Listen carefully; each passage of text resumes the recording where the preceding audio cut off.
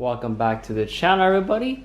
Today is a video that everyone has been waiting for, especially those that live in California. I just want to give a quick heads up or quick little information on what BARD is, or getting your car BARD in California is. So in California, the emission standards here are very, very strict. So that's why a lot of cars that do illegal motor swaps is not legal and you can't smog it. So getting the car BARD gets you to do regular smog at any smog station and getting the motor legalized for your car.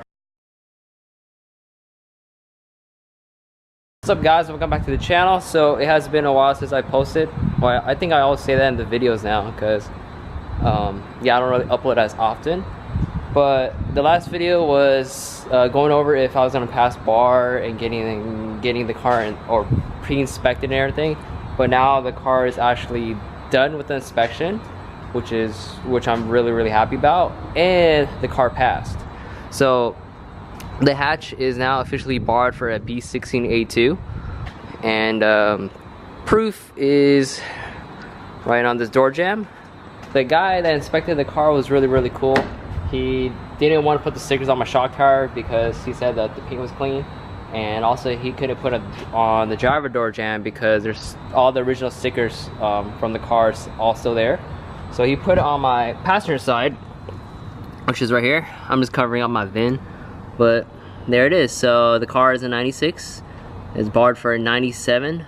It's weird. I've seen a lot of different types of labels that the inspector makes. Everyone has different labels and it states what is what. Normally on the comments they put if you have like an intake, AM intake, or skunk to manifold and all that. But mine literally just says B16a2 engine. And then the motor is a 97 because OBD2A. So I guess since the comments say that it's a B16A2 engine, the car could have any B16A2 engine in it. So yeah. And when he went through the car, he mainly checked the ECU. So he checked the ECU and of course the O2 sensor. You can see kind of dangling out, but I put that there. So yep, and yeah, so the car passed, and it costed $8.25. So I think I have the receipt, but it did cost $8.25 to get the bar sticker and also the car smog. So when they're barring your car, you can let them know to send the smog to DMV so you don't have to go smog the car again. And I have it right here. Well, here's the smog papers. Passed with flying colors because the brand new cat, of course. And you can have them forward this to the DMV.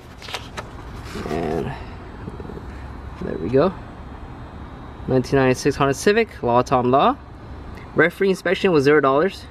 Certificate was $8.25, which is the certificate's pretty much this sticker right here. And you can have them forward your smog.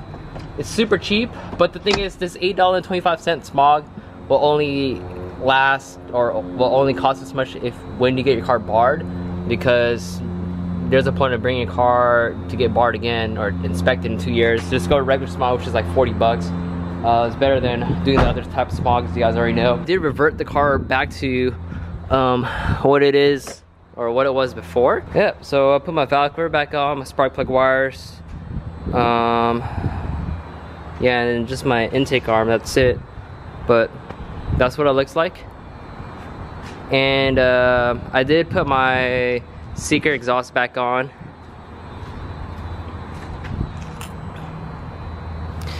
I am also still running a cat. I made it work. So what I did was I hit up JDM Ohio Direct from Ohio, I believe. They import a lot of stuff, they sell it to a lot of people. So I checked them out. I picked up a catalytic converter for them, so a JDM catalytic converter. So everything all lines up perfectly. So I still do have a cat on this car. The reason why I decided to put the catalytic converter back on instead of the test pipe is because when I was getting the car barred, or before I got it barred, it just didn't smell anymore. And the car saves more gas on having a catalytic converter on there. So the car isn't as loud as before, but it's a nice little cruiser. But yeah, and Now, since I did pass, I can let you guys know how I did it.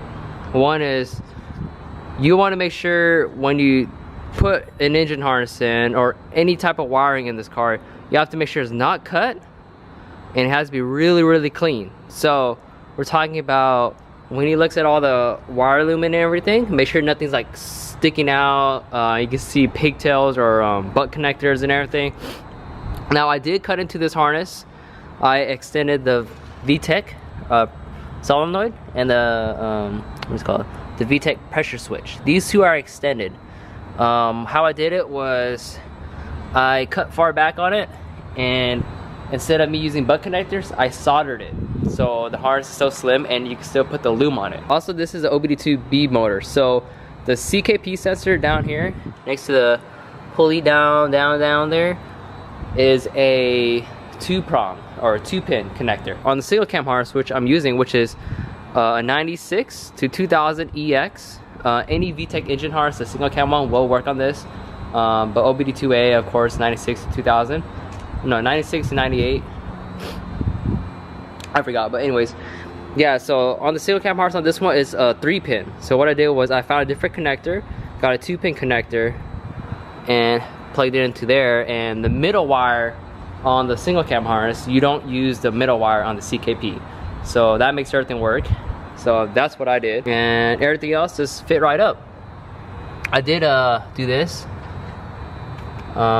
This is off a LS B20, because on the single cam one it doesn't fit because of the purge solenoid. So what I did was got an LS and B21 and made a custom bracket, and now, yep, all that lines up.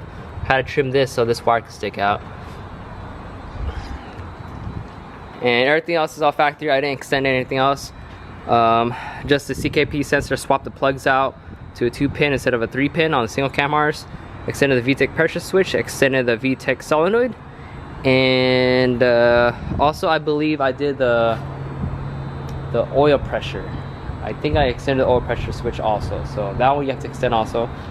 They do look at all that. When the inspector comes and look at your car, they look at your harness, of course.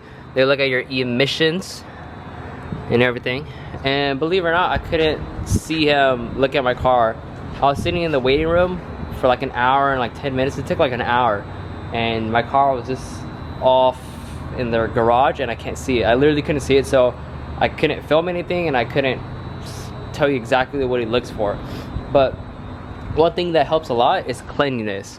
So do it really clean, have a really clean engine bay, and of course wiring and everything, and yeah, you'll pass. So and also, I think I said, I'm not sure if I said this in the last video, in the last on the O2 sensor, what I did was I D-pinned off my coupe, the whole harness going all the way around, and then repinned into this the factory OBD2A. There was no point of me putting a OBD2A or OBD2B cabin harness in there, because this car doesn't have powered anything, doesn't have power mirrors either. And yeah, but this thing did pass. Super happy. I don't know if you guys could tell, but I did put on my pair of C28s. These are 16, 7.5, 30, so they're flat faced. They're not concave like my fronts. You see how my fronts are concave, and these ones aren't. It's like a reverse staggered. And running the same size tire, 215/45 Falcon Zenny tires. And I don't think I said this in any of my videos, but huge shout out to Steve over at Falcon. I'm actually sponsored by Falcon tires, so I literally have 8 tires or 8 Zennies on all my spares, including my TEs. So huge shout outs to Steve over at Falcon. Really appreciate it. Thank you for the sponsorship. All you're gonna see is Falcon tires on all my cars. I need to get some from the TSX, but tires are still good on there, so we're gonna wait till those go out.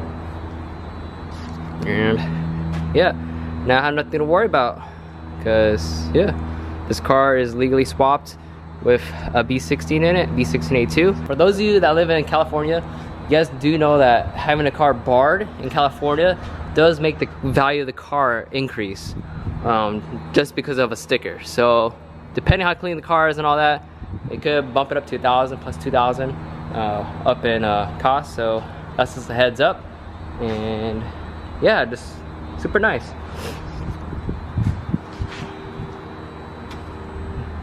now, yep. So, you guys have any questions about how to do it? I don't really know. It all depends. I get a lot of questions. It's a lot easier if you have a older chassis car. So this is a 96 and you're putting a 96 and up engine in it. So you have a 92, then you have to get like a 92 engine and up. You can't get anything older. So if you have a 2000 Civic and you put a 98 GSR in it or 90 whatever, it will not pass. So you have to make sure you get a motor that's the same year as the car or older or a lot newer than the car. And luckily this is a 99 2000 B16a2, so we solid.